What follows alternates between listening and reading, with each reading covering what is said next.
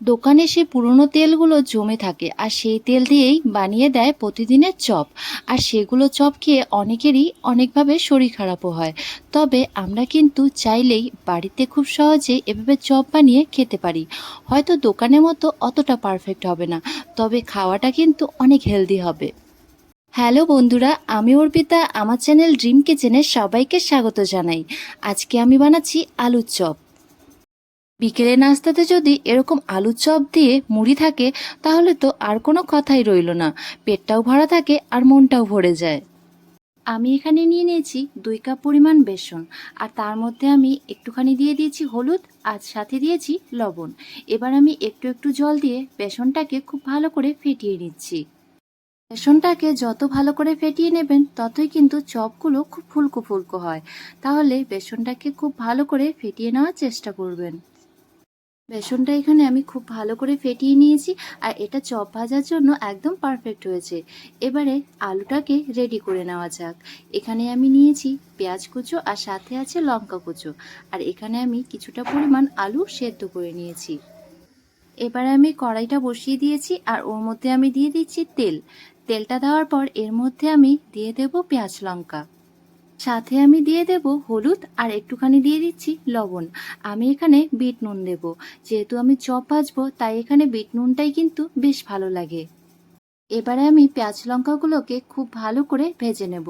পেঁয়াজ লঙ্কাগুলো খুব ভালো করে ভাজা ভাজা হয়ে গেলে এর মধ্যে আমি সেদ্ধ করে রাখা আলুগুলোকে দিয়ে দেব। কাঁচা লঙ্কাগুলো খুব ভালো করে ভেজে নেওয়া হয়ে গেছে।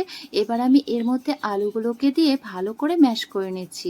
আপনারা চাইলে কিন্তু হাতের সাহায্যেও এগুলোকে ভালো করে ম্যাশ করে নিতে পারবেন। এখানে আলুগুলোকে দিয়ে খুব ভালো করে এবার ভেজে নিতে হবে। এবার এর মধ্যে আমি দিয়ে দেব জিরে গুঁড়ো, আর সাথে দিচ্ছি একটুখানি ধনে, আর দেব একটুখানি কেসুরি মেথি। ব্যাস, তাহলে এখানে মশলাগুলো সবগুলো দেওয়া হয়ে যাবে। তারপর এটাকে খুব ভালো করে কষিয়ে নেব। আলুটার মধ্যে কিন্তু কোনো রকমের জল দেওয়া যাবে না। এভাবেই ভালো করে কষিয়ে নিলে এটা রেডি হয়ে যাবে। এবার এটাকে আমি তুলে নিচ্ছি। আলুটাকে আমি একটা প্লেটের মধ্যে তুলে নিচ্ছি, আর এভাবে ছড়িয়ে রেখে দেবো বেশ কিছুক্ষণের জন্য। আলুটা ভালোভাবে ঠান্ডা হয়ে আসলে তারপর কিন্তু চপগুলোকে বানানো যাবে। আলুটা ঠান্ডা না হওয়া পর্যন্ত কিন্তু আপনারা আলু দিয়ে চপটা বানাতে যাবেন না, তাহলে হয়তো হাতটাই পুড়ে যাবে। এবার আমার আলুগুলো ভালো করে দেখুন ঠান্ডা হয়ে গেছে। এবার আমি চপগুলোকে বানিয়ে নিচ্ছি। এরকম প্রথমে গোল গোল করে বানিয়ে নেব, তারপর দু হাতের সাহায্যে একটুখানি চাপ দিলে কিন্তু এটা পুরো চাপটা হয়ে যাবে। ব্যাস, এরকম করে সবগুলো চপকে আমি রেডি করে নেব। এই চপের শেপটা দেওয়া খুবই সহজ, আর এখানে আমি সবগুলো চপই কিন্তু বানিয়ে নিয়েছি। এবার এগুলোকে চটপট করে ভেজে নেওয়া যাক। এবার আমি বেসনের মধ্যে একটা একটা চপ দিয়ে এভাবে ভালো করে চারপাশ থেকে বেসনটাকে লাগিয়ে নেব। তারপর এটাকে আমি তেলের মধ্যে দিয়ে দেব। আর আপনারা কিন্তু লক্ষ্য রাখবেন তেলটা যেন খুব ভালোভাবে গরম হয়। এটা আমার খুব ভালো করে গরম হয়ে গেছে, আর এর মধ্যে এখন আমি চপগুলোকে এক এক করে দিয়ে দেব। চপগুলো তেলের মধ্যে দেওয়ার সময় একটুখানি সাবধানে দেওয়ার চেষ্টা করবেন। দেখবেন কোনোভাবে যেন হাতের মধ্যে না তেল লেগে যায়। আমি এখানে একসাথে 4টে চপ দিয়ে দিয়েছি। আপনারা চাইলে এখানে দুটো করেও কিন্তু ভাজতে পারবেন। চপের এক পিঠটা খুব ভালো করে ভাজা হয়ে গেছে। এবার এটাকে আমি উল্টে দিচ্ছি। উল্টে দিয়ে অপর সাইডটাও খুব ভালো করে ভেজে নেব।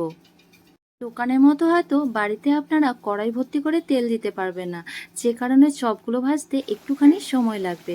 তবে এই চপগুলো কিন্তু দোকানের থেকেও অনেক বেশি টেস্টি হয়।